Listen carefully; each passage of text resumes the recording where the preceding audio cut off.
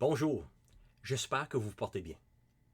Je vous souhaite la bienvenue au cours La réglementation des institutions financières, un cours que je crois que vous trouverez intéressant et instructif, ou du moins je l'espère. Les objets de ces propos introductifs sont les suivants. Premièrement, c'est d'exposer l'importance de la réglementation des institutions financières. Deuxièmement, c'est de me présenter. Troisièmement, c'est d'énoncer les 3 objectifs que je propose pour ce cours. Quatrièmement, c'est d'aborder les intervenants du secteur financier qui feront l'objet du cours et ceux qui ne le feront pas. Et cinquièmement, c'est de vous inviter de consulter certains documents clés du cours. Alors commençons avec la réglementation comme telle. Pourquoi la réglementation des institutions financières? Mais pour commencer, j'aimerais souligner que plusieurs secteurs de l'économie reposent sur l'asymétrie temporelle des demandes. Ça mange quoi en hiver, la symétrie temporelle des demandes? Bien, examinons le concept par voie de quelques exemples. Les centres de conditionnement physique en sont un bon exemple de la symétrie temporelle des demandes, car ils reposent sur la prémisse que leurs membres ne demanderont pas tous en même temps leurs produits et leurs services. Pour illustrer cette asymétrie temporelle, certains préfèrent faire de l'exercice le matin, tandis que d'autres préfèrent l'après-midi. D'autres préfèrent faire de l'exercice en soirée ou même la nuit. Parfois, ce n'est pas une question de préférence, mais plutôt des contraintes en raison des responsabilités. C'est cette asymétrie temporelle de la demande pour les services et produits d'un centre de conditionnement qui assure son bon fonctionnement. En présumant que le bassin des membres est assez important, si tous les membres ou même une majorité des membres se pointeraient en même temps, le centre deviendrait paralysé. C'est aussi le cas, par exemple, pour certaines de nos institutions publiques, telles que les hôpitaux, comme la crise de la COVID-19 l'a si tragiquement révélé. Un des objectifs clés des confinements était d'éviter que nos hôpitaux ne soient pas débordés et, dans plusieurs cas malheureux, de limiter le débordement. En d'autres mots, un des objets clés des confinements est de rétablir une asymétrie temporelle de la demande pour les soins de santé qui rapprochait celle de la normale. L'on a témoigné que lorsque trop de gens nécessitent des soins intensifs en même temps, le bon fonctionnement des hôpitaux cesse et donne lieu à une crise de système de santé. Bien, un phénomène semblable s'applique au monde des institutions financières. Par exemple, et comme nous allons l'étudier, une banque est capable de consentir des prêts et de faire des investissements à partir des dépôts qu'elle prend en se reposant sur le fait suivant.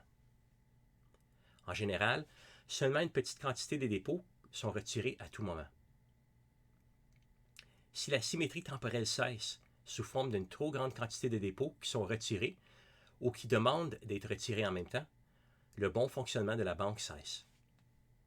En fait, elle peut devenir insolvable et le deviendra clairement si tous les déposants demandent de retirer la totalité de leur argent en même temps.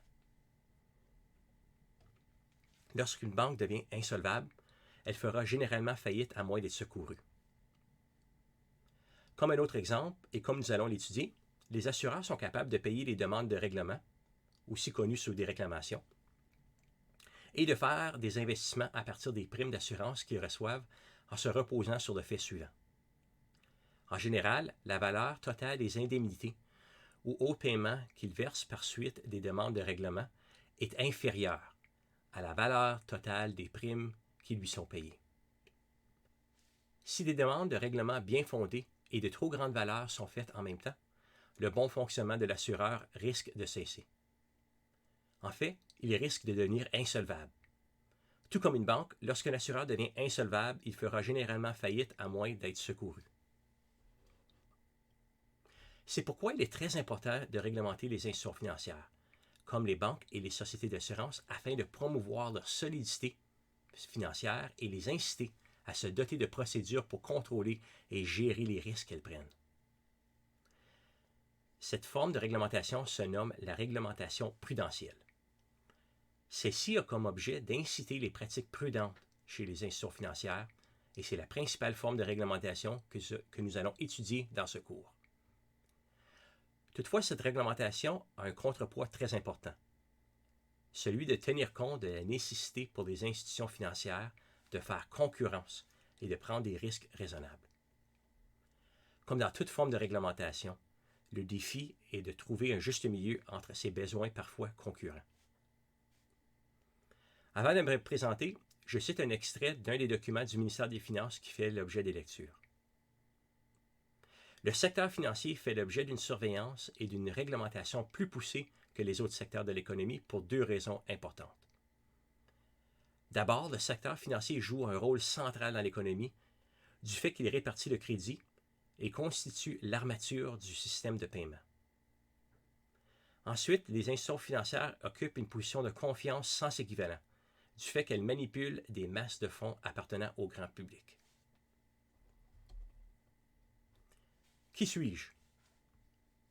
Alors, bienvenue encore une fois au cours La réglementation des institutions financières. Je me présente. Je m'appelle Stéphane Fournier et j'œuvre dans le secteur de la réglementation des institutions financières depuis plus de 20 ans. Je suis un fier franco-ontarien originaire de la ville de Sturgeon Falls et je suis un fier diplômé du programme de Common Law en français de l'Université d'Ottawa. J'ai fait ma caricature au sein du cabinet Torys à Toronto et j'ai travaillé au sein du groupe des institutions financières de ce cabinet pendant 4 ans. J'ai ensuite travaillé comme conseiller juridique dans une banque avant de me joindre au bureau du surintendant des institutions financières, l'agence du gouvernement fédéral qui est chargée de la réglementation prudentielle des institutions financières fédérales. Je travaille actuellement dans le groupe de la politique, interprétation et conformité législative du bureau, et ce, depuis plus de 15 ans. Dans le cadre de cet emploi, j'ai la responsabilité d'interpréter et d'administrer la loi sur les banques, la loi sur les sociétés d'assurance et la loi sur les sociétés de fiducie et de prêt. Ces 3 lois régissent un grand nombre des institutions financières au Canada. En fait, la loi sur les banques régit toutes les banques canadiennes. Passons maintenant aux 3 objectifs. Comme j'ai mentionné au début, je me donne 3 objectifs dans le cadre de l'enseignement de ce cours. Premièrement, c'est de vous inculquer des éléments essentiels de la réglementation des institutions financières au Canada, surtout en ce qui concerne la réglementation prudentielle. Une institution financière qui n'est pas en bonne santé financière risque de ne pas remettre les argents qui y sont déposés ou risque de ne pas être en mesure d'indemniser ses assurés. Ce sont des situations à éviter dans la mesure du possible. Notre examen des éléments essentiels suivra une étude des différents types d'institutions financières au Canada, leur historique et les rôles clés qu'elles jouent dans la société. Cette étude servira de tableau pour ensuite peindre la politique publique qui sous-tend les éléments essentiels de la réglementation, les incidences malheureuses de la faillite d'une institution financière et les instruments de réglementation clés que sont la loi sur les banques et la loi sur les sociétés d'assurance. Nous n'allons pas aborder la loi sur les sociétés de fiducie et de prêt en profondeur, faute de temps. Nous examinerons les éléments essentiels de la réglementation prudentielle des institutions financières par le biais de la théorie et de la mise en application de cette théorie à des situations de faits hypothétiques. Quant aux travaux de recherche, synthèse et réflexion que vous aurez à compléter, ils vous aideront à développer un esprit critique en matière de réglementation et vous permettront d'apprendre certains éléments de la réglementation que nous n'allons pas aborder en classe. D'un même trait, ce cours vous donnera un bon aperçu du travail que j'effectue auprès du bureau du surintendant des institutions financières, surtout lorsqu'on mettra la loi sur les banques et la loi sur les sociétés d'assurance en application à des situations de faits hypothétiques. Le deuxième objectif, c'est de vous aider à devenir des consommateurs financiers plus avertis. Bien que les services financiers soient incontournables, la littératie financière est en grande mesure facultative. Je me propose donc comme objectif secondaire de vous outiller avec certaines connaissances de base dans les produits et services financiers les plus courants, tels que les assurances de biens et de personnes et les prêts hypothécaires. Je veux également vous outiller de ressources qui vous permettront d'accroître votre littératie financière. Troisièmement, je cherche à vous donner un aperçu de ce dont vous pouvez vous attendre lors de votre cléricature et ce qui vous attend dans le monde du travail juridique, en présumant évidemment que c'est la route professionnelle que vous allez emprunter. Pour plusieurs d'entre vous, l'interprétation des lois et leur mise en application à une situation de fait sera intégrale à votre travail. Bien, c'est ce que nous ferons avec la loi sur les banques et la loi sur les sociétés d'assurance.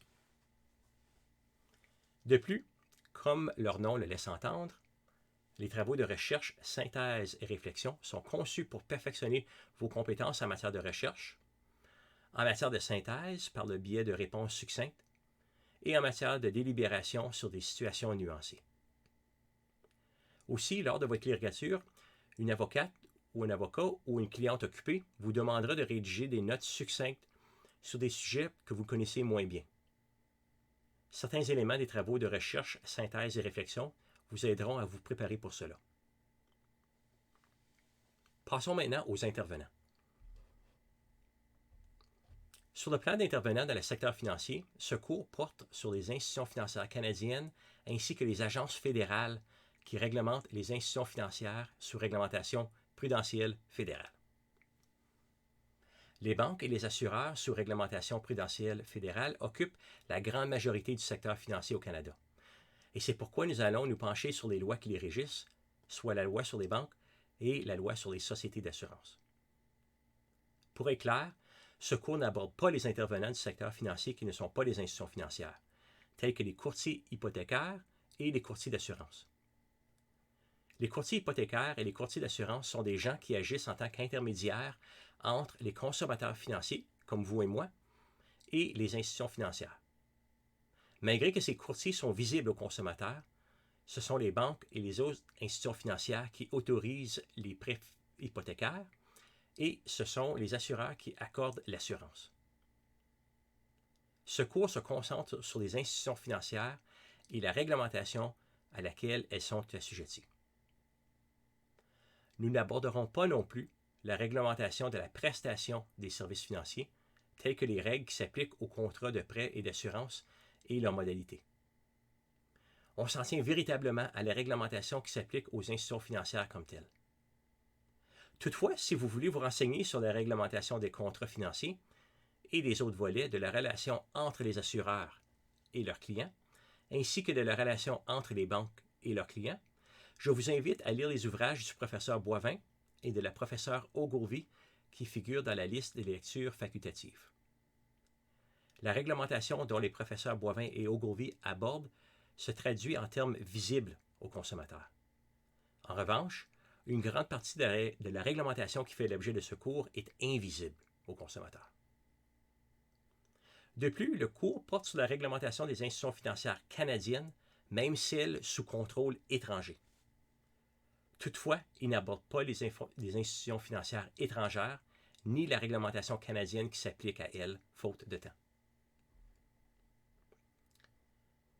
Passons maintenant au cinquième élément, qui est l'invitation de consulter certains documents clés du cours. Alors, une fois que vous allez terminer l'écoute du présent enregistrement, je vous invite à consulter le syllabus, le document faisant état des lectures obligatoires et recommandées, ainsi que le plan de cours et le calendrier, y compris le plan de cours détaillé. Vous allez constater que toutes les lectures obligatoires sont des dispositions législatives, des publications du gouvernement fédéral et d'autres documents qui sont accessibles sans frais. Le documentaire du Public Broadcasting Service, ou PBS, à visionner dans le cadre du module 7 est disponible sur le site web de PBS sans frais. Toutefois, certains des titres dans les lectures facultatives ne sont accessibles que moyennant des frais, bien que plusieurs d'entre eux sont disponibles dans les bibliothèques, y compris la bibliothèque de droit Brian Dixon. Il convient de noter que les lectures s'en tiennent surtout à des lois et des publications de ministères et d'agences fédérales. Très peu de cours s'appuient sur la jurisprudence, et la raison est assez simple. La jurisprudence est rare dans cette sphère de droit, sauf en ce qui concerne l'article 427 de la loi sur les banques, un article qui fait l'objet du droit des créanciers que nous n'allons pas aborder dans le cadre de ce cours. Sur ce, je vous souhaite encore la bienvenue au cours La réglementation des institutions financières. Et voilà qui met fin à cet enregistrement. À bientôt.